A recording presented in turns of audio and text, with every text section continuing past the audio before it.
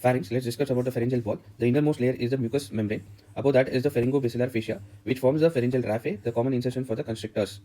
Remember, above that is the muscular coat, and the outermost covering is the buccopharyngeal fascia. In GAT, the muscular layer will be having inner circular fibers and outer longitudinal fiber, except in the pharynx, where it is inner longitudinal and outer circular. It is inner longitudinal and outer circular fibers, muscles. Now coming to the muscles are of two types, that is the longitudinal muscle and the circular muscle. Longitudinal muscle are stylopharyngeus, palatopharyngeus, salpingopharyngeus. Stylopharyngeus arises from the styloid process, palatopharyngeus from the palate, salpingopharyngeus arises from the auditory tube. All these muscles are attached to the posterior border of the thyroid cartilage. Now coming to the circular muscle, it is superior constrictor, middle constrictor, and the inferior constrictor muscle. Inferior constrictor muscle has two parts, that is thyropharyngeus and cricopharyngeus.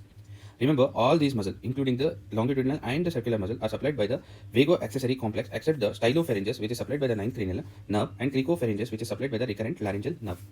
The space between the thyropharyngeus and the cricopharyngeus, there is a weak spot. This is called as Kielen's dehiscence, which leads to the formation of Jenker's diverticulum, which is a posterior lateral of pharynx, which is posterior lateral to the pharynx. Now coming to the buccopharyngeal fascia. Buccopharyngeal fascia, this fascia covers the buccinator muscle and continues to cover the superior constrictor of the pharynx. Superior constrictor and the buccinator muscle, it is covering that. And the outermost layer of the pharynx provide the connection between the pharynx and the surrounding structure. Now coming to the pharyngobasilar fascia, this is a dense fascia located inside the pharynx. It is located inside the pharynx inner framework. It extends from the base of the skull to the pharyngeal wall and fills the gap between the constrictor muscle, providing the structural support. This is a buccopharyngeal fascia covering the superior constrictor and the buccinator muscle. This is the middle constrictor and this is the inferior constrictor muscle. This is the stylohyoid. This is the stylohyoid. Along with that, this is the stylopharyngeus muscle, which is going inside the middle constrictor. Now coming to the superior constrictor muscle, arises from the medial pterygoid plate, humerus, pterygomandibular raphe, and mylohyoid line. This is the mylohyoid line, pterygomandibular raphe. This is the humerus of the pterygoid, and the medial pterygoid, and it is attached to the medial pterygoid plate.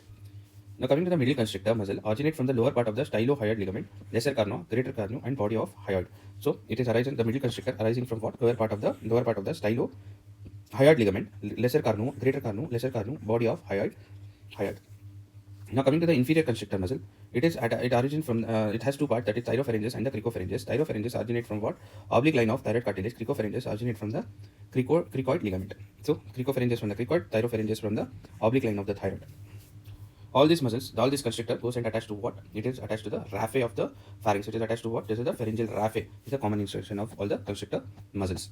Now coming to the, remember, next point is, this is the sinus of Morgagni, which is filled with what? This is filled with pharyngobasilar fascia. Sinus of Morgagni, remember, this is present in the pharynx above the superior constrictor, while as foramen of Morgagni is present in diaphragm.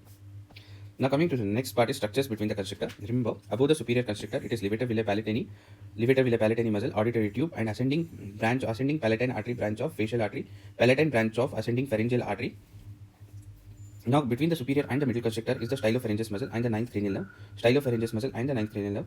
Between the middle and the inferior constrictor, it is internal laryngeal nerve and the superior laryngeal vessel. Superior laryngeal vessel and internal laryngeal nerve. So internal laryngeal nerve is a branch of superior thyroid artery. This pierces the thyroid membrane. Below the inferior constrictor, it is a recurrent laryngeal nerve and inferior laryngeal vessel, which comes from the inferior thyroid artery. This is present in the tracheoesophageal groove. Coming to the this is the backside view, that is the coronal backside view, which is showing the sinus of Morgagni filled with buccopharyngeal fascia.